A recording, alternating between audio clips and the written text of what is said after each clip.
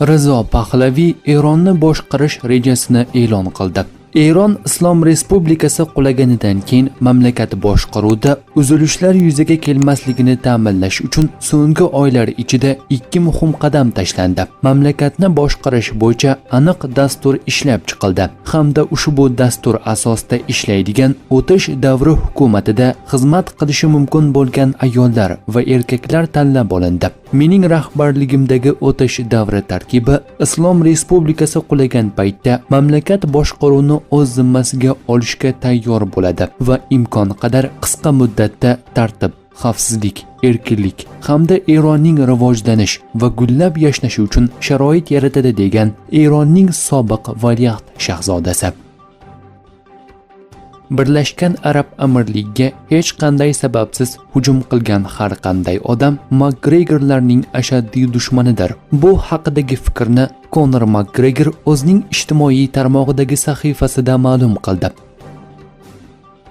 Men Trampning sevimli o'g'li bo'lmasdim. Zelenskiy: Tramp bilan men bir xil yoshda emasmiz, balki shuning uchun u bizning munosabatlarimizni ota va o'g'il munosabatlari deb biladi. Bahrayndan olingan kadrlarda AQShning Eronga Arab hududidan hujum qilganini tasdiqlaydi. Videoda 50 kilometrgacha masofaga ucha oladigan HIMARS raketasi uchirilgani tasvirlangan. Isroildan xabar bergan turk jurnalistining aytishicha, bir isroillik ularga yaqinlashib, "Bundan buyon siz bizning keyingi dushmanimizsiz, buni bilasizmi?" degan. Erondan raketalarning yangi to'lqini uchirildi. Tel Aviv va bosib olingan Hayfa hududida sirenalar faollashdi.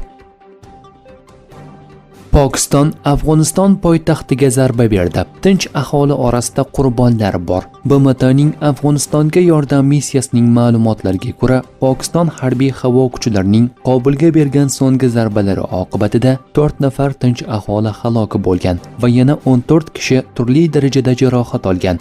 Rasmiy bayonotda qurbonlar va jarohatlanganlar orasida ayollar va bolalar borligi alohida qayd etilgan.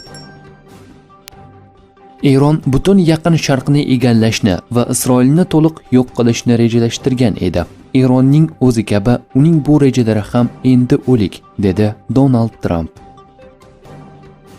AQShning Bag'doddagi elchixonasiga dronlar yordamida hujum uyushtirildi. Mahalliy ommaviy axborot vositalarining xabar berishicha, zarbadan so'ng hududda yong'in sodir bo'lgan. Bino ustida quyuq qora tutun ko'tarilgan. Hozircha hujum kim tomonidan amalga oshirilgani noma'lum. Iroq xavfsizlik kuchlari poytaxt markazidagi yashil hududni to'liq yopib qo'ygan. Mazkur hududda Iroqning ko'plab davlat idoralari, shuningdek bir qator mamlakatlarning diplomatik vakolatxonalari, jumladan AQSh elchixonasi joylashgan.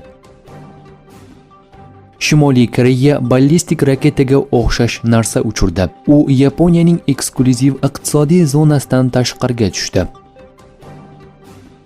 Eronlik Larijoniy Heksetning eronlik rahbarlar ular yer ostida degan bayonotiga javob qaytardi. Bizning rahbarlarimiz xalq orasida bo'lgan va hozirda ham shunday. Lekin sizning rahbarlaringizchi Epstein orolida deb yozib qoldirdi Larijoniy.